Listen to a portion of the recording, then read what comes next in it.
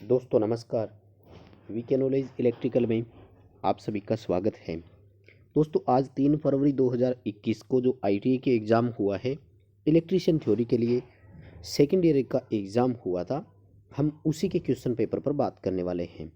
दोस्तों यदि आपका अभी तक पेपर नहीं हुआ तो इस वीडियो को ज़रूर देखना, आईटीआई में पास हो जाओगे, मैं गारंटी देता हूँ। दोस्तों 2 बजे से लेकर 5 बजे तक ये यानी सेकेंड शिफ्ट में पेपर हुआ था। एनसीवीटी का एग्ज़ाम है, 3 फरवरी 2021 की हम बात कर रहे हैं। दोस्तों इससे पहले भी मैंने आपको बताया था कि लगभग पेपर जो भी है वो निमी की असाइनमेंट में से आ रहा है।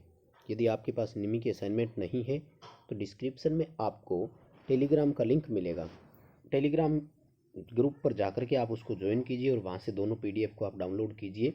3rd सेमेस्टर और 4th सेमेस्टर के नाम से आपको वहाँ पर 2 पीडीएफ मिल जाएगी। उन दोनों पीडीएफ को आप डाउनलोड करें और अच्छे से पढ़ें। पूरा पेपर उसी में से आता है और कुछ क्वेश्चन ऐसे हैं जो हर एक पेपर में रिपीट हो रहे हैं। आज की ये वीडियो में हम उन क्वेश्चंस को बता रहे हैं, तो कम से कम उन क्वेश्चन को आप अच्छे से ढंग से पढ़ के जाना, बहुत अच्छे से पढ़ के जाना, क्योंकि उनमें से लगभग 90% क्वेश्चन रिपीट हो जाएंगे और वही क्वेश्चन आपको देखने को जरूर मिल जाएंगे। आप भारतीय स्किल की वेबसाइट से भी डाउनलोड कर सकते हैं, उसका एक मैंने पूरा वीडियो बनाया हुआ है कि आप वहाँ से पीडीएफ को कैसे डाउनलोड कर सकते हो। चलिए दोस्तों आज के क्वेश्चन आपको मैं बताता हूँ। देखिए सवाल नंबर 1 आपकी स्क्रीन पर है। ये पहले पेपर में नहीं आया हुआ था, आज के पेपर में ही आया है, इसलिए इस क्वेश्चन को अच्छे से ज़रूर पढ़ना। ये सवाल आया कि किसी भी ड्राइव में वोल्टेज बटे फ्रिक्वेंसी वाला जो एक अनुपात होता है ना, इसको कांस्टेंट रखना बहुत ज़रूरी होता है। इसको स्थिर रखना क्यों आवश्यक है, ये सवाल हमसे पूछा गया। बहुत इंपॉर्टेंट चीज़ है दोस्तों। मैंने कई बार आपको वीएफडी के बारे में बताया हुआ है। इसको वेरिएबल फ्रिक्वेंसी ड्राइव बोलते हैं। तो ये वेरिएबल फ्रिक्वेंसी जो है ना, ये मोटर में टॉर्क कांस्टेंट रखने के लिए फ्रिक्वेंसी वोल्टेज रेशियो को चेंज करता है। यानी वोल्टेज और फ्रिक्वेंसी का जो अनुपात होता है ना, वो टॉर्क के समानुपाती है। उस अनुपात को हमेशा स्थिर रखते हैं तो मोटर का क्या है कि टॉर्क जो है वो कांस्टेंट रहता है, यानी सभी स्पीड पर रेटेड टॉर्क बनाए रखना।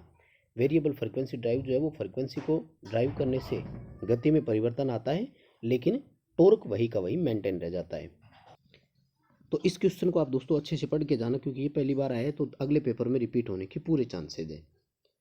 फिर एक सवाल पूछा कि डीसी जनरेटर में एक्स के रूप में किससे चिन्हित किया गया है। हमें एक पार्ट दिखाया गया और उसका नाम पूछा है। बहुत साधारण सा है। देखो ये होती है पोल, या यूँ कहें कि पोल की कोर जिस पर फील्ड वाइंडिंग होगी।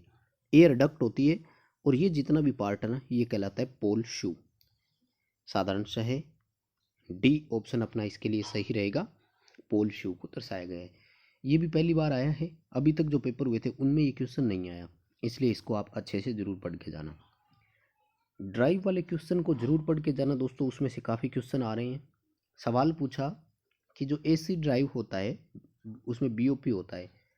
तो देखिए लास्ट क्वेश्चन में पेपर में तो पूरा नाम पूछा कि बीओपी का पूरा नाम क्या है, तो इसको बेसिक ऑपरेटर पैनल बोलते हैं।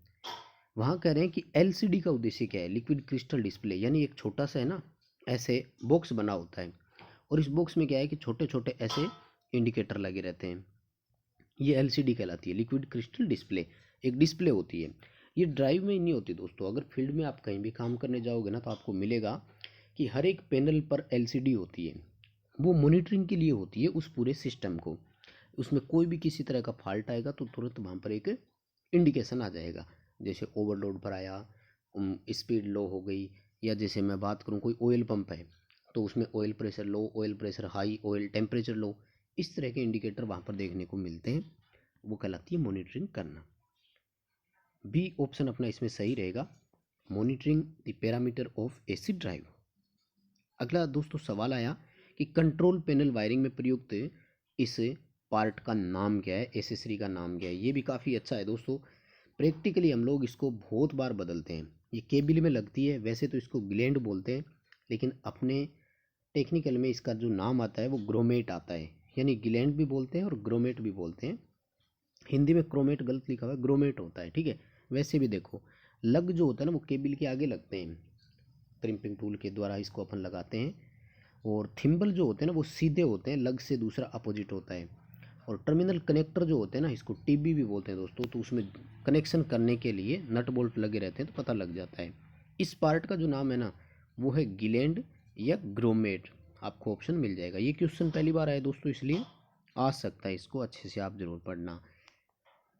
आगे सवाल पूछा कि एक्टिव घटक कौन सा है। एक्टिव और पैसिव दो होते हैं ना, बड़ा साधारण सा है। ट्रांजिस्टर जो है वो एक्टिव में आएगा, इंडक्टर, रेजिस्टर और कैपेसिटर तीनों किस में आएंगे, पैसिव में आएंगे। इस तरह के क्वेश्चंस को दोस्तों आप अच्छे से जरूर पढ़ करके जाना। और ये जो मैं क्वेश्चन बता रहा हूँ ये आज के पेपर में ही आए थे, जो सेकंड शिफ्ट में हुआ था। अब कोई मॉर्निंग शिफ्ट का पेपर देकर आया और वो वीडियो देख रहा है तो वो तो कहेगा कि नहीं ये क्वेश्चन आए नहीं थे, है ना।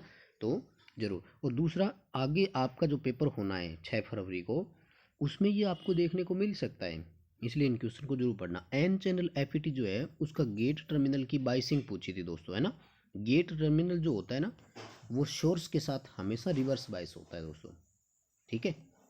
गेट और सोर्स, एफईटी जो होती है field effect transistor, gate, drain और सोर्स, तीन टर्मिनल होते हैं ना, तो गेट और सोर्स के बीच में हमेशा रिवर्स ट्रिगरिंग या रिवर्स बाइसिंग बोल सकते हो।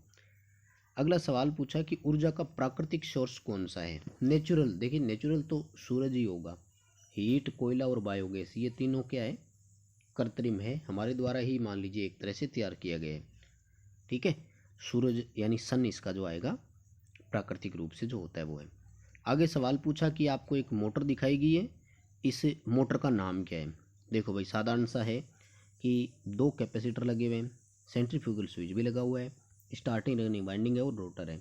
दो कैपेसिटर का मतलब डबल कैपेसिटर मोटर हो गई। डबल कैपेसिटर मोटर का नाम क्या है, capacitor start, capacitor run motor. साधारण सा क्वेश्चन है, उम्मीद है आपका वैसे ही सही हो जाएगा। अगला सवाल पूछा कि तीन फेज मोटर वाइंडिंग का नाम क्या है यदि क्वाइल पिच पोल पिच से कम हो, ठीक है।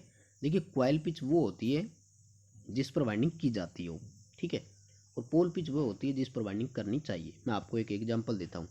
मान लीजिए 24 स्लॉट है और 4 पोल है, तो पिच कितनी आई, 6। ये तो कहलाती है पोल पिच। लेकिन हम पिच का मान विषम लेते हैं और साधारणतः वाइंडिंग करते हैं 5 पर, तो क्या हुआ, हमने जो ली वो क्वाइल पिच है, सूत्र से जो आई थी वो पोल पिच कहलाती है। ये हो गया इस तरह से। तो ये जो वाइंडिंग होती है इसको शॉर्ट पिच वाइंडिंग बोलते हैं या शॉर्ट कॉर्ड वाइंडिंग बोलते हैं, ठीक है। फुल पिच कहलाती है जब 6 से 6 पर करते। लॉन्ग पिच होती जब 6 की जगह 7 ले लेते। अगला सवाल पूछा फोटोवोल्टेइक सेल बनाने के लिए किस सामग्री का उपयोग होता है। पीवी सिस्टम जो होते हैं वो सोलर सेल से मिलकर बनते हैं। सोलर सेल जो है वो सिलिकॉन का बनता है। आपका क्वेश्चन ऑप्शन यहाँ पर ए रहेगा। सिंपल क्वेश्चन है, ये रिपीट हुआ है दोस्तों, पिछले पेपर में भी आया था। और आगे पूछा कि कंट्रोल पैनल में इस वायरिंग एसेसरीज का नाम क्या है, तो ये भी रिपीट हुआ है, कल वाले पेपर में भी था। इसको बोलते हैं डिन रेल। कॉन्टेक्टर, ओवरलोड, ये इस तरह की चीज़ें लगाने के लिए होता है और इसमें किसी स्क्रू नट बोल्ट की आवश्यकता नहीं होती। डिन रेल कहलाता है ये। काफ़ी अच्छा है दोस्तों, ध्यान रखें। आगे सवाल पूछा कि प्रचलन मोड के अनुसार कौन सा ड्राइव इसमें सही वर्गीकृत किया गया। दोस्तों ड्राइव जो होते हैं ना कई तरह से वर्गीकृत किए जाते हैं, डायनेमिक रूप से भी होते हैं, हार्मोनिक्स रूप से भी किए जाते हैं। तो जो कंटिन्यूस ड्यूटी, निरंतर चक्कर ड्राइव जो होते हैं ना, इनको प्रचालन मोड के अनुसार दिया है, भाई निरंतर चलता रहता है, ठीक है। डी ऑप्शन आपका यहाँ पर इसमें सही रहेगा। आगे सवाल पूछा कि कौन सा यौगिक पदार्थ जो है वो कैडमियम सल्फाइड को इंडिकेट करता है। देखो ए जर्मेनियम है, बी सिलिकॉन है, सी गैलियम आर्सेनाइड का होता है, तो आर जो है वो कैडमियम सल्फाइड का होगा। कंपाउंड बोलते हैं इसको, हिंदी में यौगिक पदार्थ भी बोलते हैं। और आगे सवाल पूछा कि एसी ड्राइव के ब्लॉक डायग्राम में जो एक्स के रूप में चिन्हित किया गया है उस घटक का नाम क्या है। तो ये क्वेश्चन दोस्तों रिपीट हुआ है, पिछले पेपर में भी था। मैं आपको सभी चीज़ें एक बार फिर बता देता हूँ। एसी सप्लाई है, ये रेक्टिफायर है, डीसी की बस है, ये इन्वर्टर है जो डीसी को एसी कर रहा है, और ये एसी का मोटर है, ठीक है। अब देखिए बी उत्तर हो जाएगा, डीसी की बस, क्योंकि रेक्टिफायर इससे पहले था, इन्वर्टर बाद में है, एसी की मोटर सबसे लास्ट में है। सिंपल क्वेश्चन है दोस्तों, इनको अच्छे से पढ़ करके जरूर जाना। अगर आपका एग्ज़ाम नहीं हुआ है तो मैं आपसे उम्मीद करता हूँ कि आपका कोई क्वेश्चन गलत नहीं होना चाहिए दोस्तों। इतनी तैयारी हम आपको करवा रहे हैं, इसके अनुसार आपका पेपर अच्छे से हो जाना चाहिए। ये भी रिपीट ही हुआ है क्वेश्चन। मिनिमम वोल्टेज पूछिए 228 आ जाएगी, कैसे, 240 का 5% निकाल देना, 5% वोल्टेज कम हो सकती है, फिर वो उसमें से माइनस कर देंगे, 12 वोल्ट आएगा, 12 वोल्ट इसमें कम हो सकता है, ठीक है। आगे जनरेटर में प्रेरित ईएमएफ की दिशा ज्ञात करने के लिए फॉर्मूला पूछा, तो फ्लेमिंग का राइट हैंड रूल होता है, सॉरी नियम पूछा, फ्लेमिंग का राइट हैंड रूल जो है उसमें अपन काम में लेते हैं। बस दोस्तों इसी तरह के क्वेश्चन आए थे। कुल मिलाकर के आप निम्न असाइनमेंट दोनों को अच्छे से पढ़कर जाना। वीडियो पसंद आए तो लाइक ज़रूर करें, चैनल पर नए हो तो यार सब्सक्राइब जरूर करें चैनल को, और नोटिफिकेशन बेल आइकन को प्रेस करें ताकि जैसे ही कोई अपडेट होगा हम आप तक जरूर पहुंचाएंगे। वीडियो को लाइक करें, चैनल सब्सक्राइब जरूर करें।